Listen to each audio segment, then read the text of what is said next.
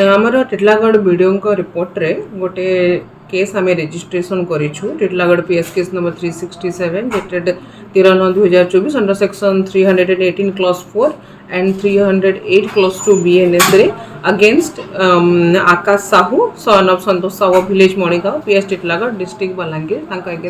Case registration होती जो कि अभियोग होता जे जोटा आम सुभद्रा योजना चली जोटा फ्री ऑफ कॉस्ट रेजिस्ट्रेशन हवा कथा से 100 टंका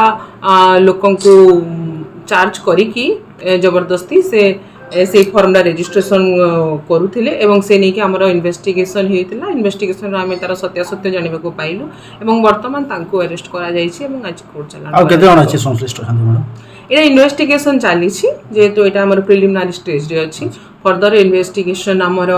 जारी रही जो मैंने भी ये इनवॉल्व अच्छा समस्त केस टैग कर हाँ अन्य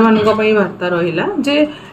एटा फ्री ऑफ कॉस्ट रेजिस्ट्रेशन होची एवं बेनिफिशियरी भी जो माने जाउछंती से माने सीएससी सेंटर रे किछि भी मूल्य दबार आवश्यकता नाही।